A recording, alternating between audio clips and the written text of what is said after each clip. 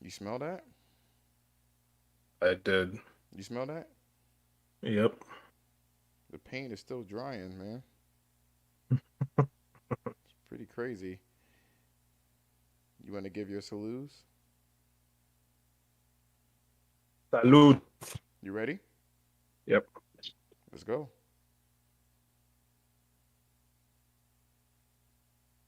Are you gonna give me a countdown or? No. Go, please. Welcome to Hey, what's going on, guys? Welcome to the first episode of PlayStation Culture Rapid Fire, where we give you little bits of information for PlayStation culture related news. We have a few topics to go over here today. So the first one that I'm going to go over is the update for Ghost of Tsushima. So obviously, there's been some information recently that came out about Ghost of Tsushima having the director's cut, and they're making some minor changes to the gameplay. Originally, in the Ghost of Tsushima, the base version, you were able to like loosely lock on to characters. In this new director's cut, what they're doing is they're allowing you to lock on to characters specifically.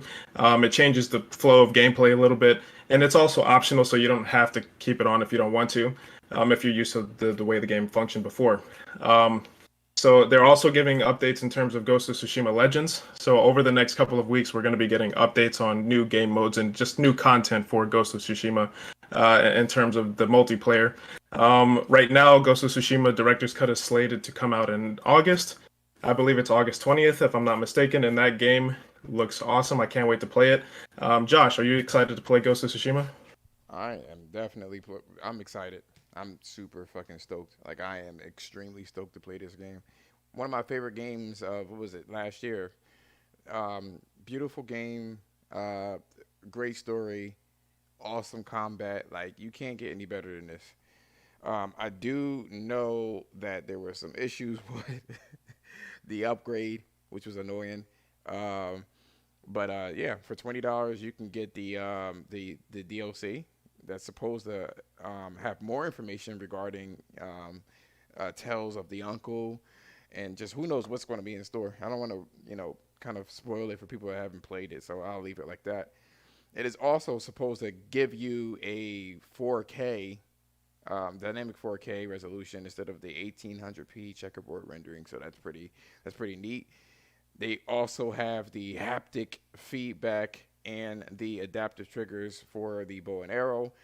I don't know if they're gonna, kind of oust or best, I should say, the developers at Returnal. But listen, nasty, nasty. I can't wait to see it.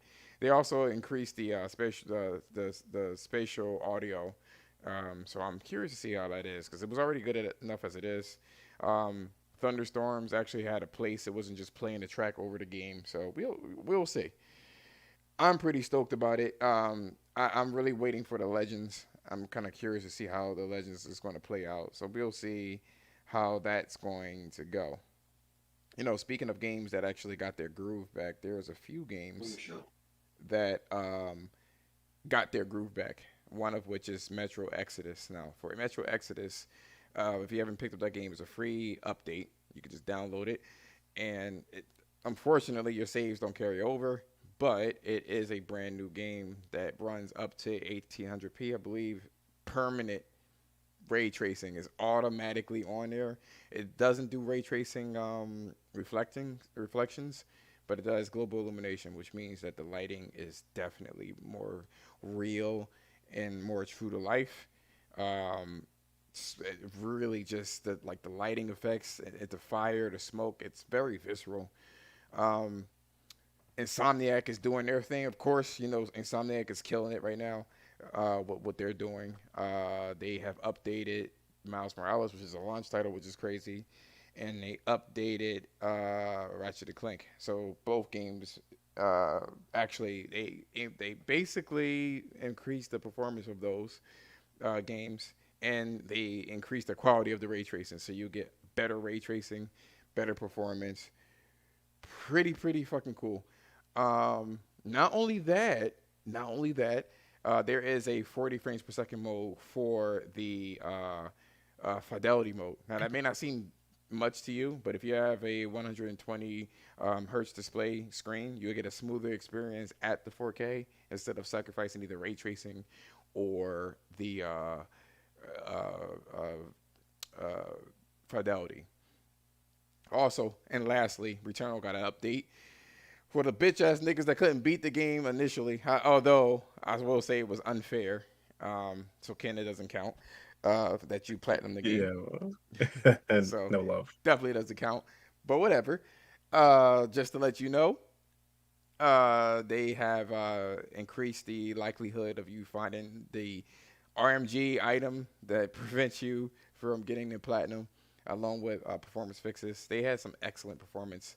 Now it has excellent performance, so I'm pretty happy about it. Now, Ken, I don't know if you picked up these games or tried them out. Have you tried out the Stellar Goddess Groove Back type updates? So I did get a chance to play Returnal. Obviously, I've been playing that over the last couple of weeks to try and get the platinum. I don't care. I worked to get that. It's mine. But yeah, the game, That was it so seems dope. like they changed a little bit with the RNG for it. So whatever, I'll take it. Ratchet and Clank, I'm just getting into it again. So, I'm looking at it. Looks great, obviously. I can't wait to get back into that. Spider-Man, I haven't gotten into just yet, but I will jump back into that. Okay, so we're going to move on here. And the next thing that we're going to cover is obviously today, everybody knows we had the state of play where they showed a bunch of awesome, new games that are coming out for the PlayStation 5 and PlayStation 4. The first one that I want to cover here is Fist. Fist Who got is fisted? kind of like, I'm sorry, Who got fisted? who got fisted? We got fisted. What an awful name. So I'm sorry. Fist is a China Hero game that came from Sony's China Hero project, made by the Chinese developers. It's a Metroidvania style game, and you play as this little bunny character with a drill as a weapon, which is pretty awesome. Um, the biggest news that we have today is the fact that we had a release date, which is coming out September 7th, and it's coming out for $29.99. And you also get a 10% discount if you're a PlayStation Plus member. So that game looks awesome. I can't wait to play it. Um, so moving on here, the next game that I'm going to mention is Sifu. So Sifu is an action adventure game. Basically, you're a kung fu artist, and it has this really cool, unique mechanic where when you die, you age. So the older you get, the stronger you get. However, the twist is that if you age too much, you restart the game. So it has a cool little twist. It looks awesome. I can't wait to play it. Unfortunately, it was delayed until 2022, so we don't have any other information for that at the moment.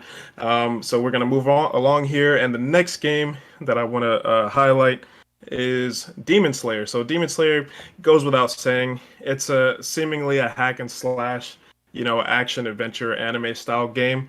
You take control of, some of the main characters in the game, and it's an action adventure hack and slash. I mean, what else? You know, what else can I say? It looks awesome. I can't wait to play it. It does have a release date for October 15th, so I'm looking forward to that. It's coming out on PlayStation 4 and PlayStation 5. So the next game that I want to touch on here is this game Jet. So this game is interesting. It's an interesting little indie game. It's seemingly an adventure exploration game. We don't really know too much about it at the moment.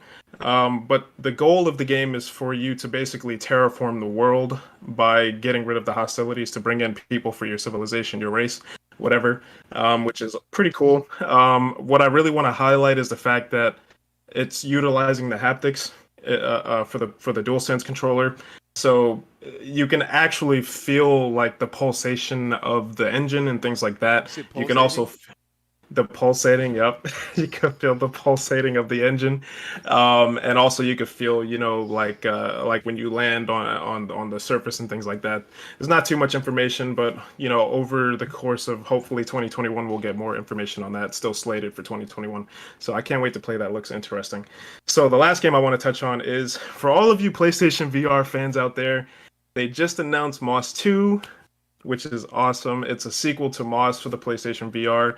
You take control of Quill. She is basically a little mouse that you sort of guide through the world. as the player. And in the sequel, obviously, you have new worlds to explore, new areas, things like that. It's an action adventure game. Um, right now, we don't have a release date. Maybe we can get some more information for Sony's next event, which is rumored for August. So we'll see about that. And maybe we'll get some more little tidbits. When we do, whenever we get more information, we'll update you guys for sure. Josh, are you excited for any of these games?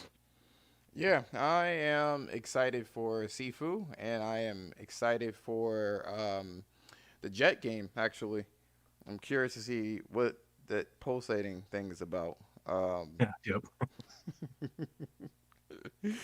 oh gosh. Anyway, so I feel like it's not trying to be innovative for innovation's sake. I feel like it's actually, you know, just doing something different. I am very curious. They got my attention. The Sifu thing, it just kind of reminds me low key of the Streets of Rage in 3D or the Sifu game. It reminds me of I mean I'm sorry, Sifu, obviously Sifu. It reminds me of Fighting Force. If you were like an OG player, from back from with PlayStation One, I am curious about the whole aging mechanic. I just hope that because you mentioned before that he gets stronger as he gets older. I hope that that's not an easy mode. I hope that he has less health but stronger. You know what I'm saying? And the game gets harder. I hope it does. With the state of play, I was pretty pleased with all these indie games because it could have fell out on its face and it didn't. I was a little disappointed that they didn't show the Little Devil Within. We already seen Kina. I'm not too much interested in the Fist game, and I don't like 2D games honestly. But we really wanted to kind of tackle this. There's a lot more information that we want to tackle, but this is only just a kind of flash in the pan when it comes to the information that we received. This PlayStation Culture Rapid Fire is specific for the smaller pieces of PlayStation news that doesn't get the spotlight. So we wanted to kind of give it its play, give it its spotlight here. But let us know what you like about this in the comments. Let us know what you dislike about this in the comments. Don't forget to like, comment, and subscribe. Share this shit. I would very, very much appreciate it. We would appreciate it. Um, Garrett. damn it, share it. But we've ran across some snags. This is our third time doing this. This video kept crashing. OBS was being a little bitch. Um, yeah, this is the rapid fire. So yep, that's what it's for. So we don't want to look at the chat in this one. So please excuse me for not responding. It's not supposed to be a long video, just to give the little places in news it's time to shine. It's spotlight. But thank you so much for attending it. We really appreciate it. Is there anything else that we should say, Ken? Are we done? Oh, that's it. We had all of this information. Yeah, and whenever we get more information, we'll definitely update you guys and just bring it here. That's what this is for. That's all I gotta say. Awesome, awesome. Thank you guys for watching. And if you just ran across the video, I hope you enjoy it and you have a great night.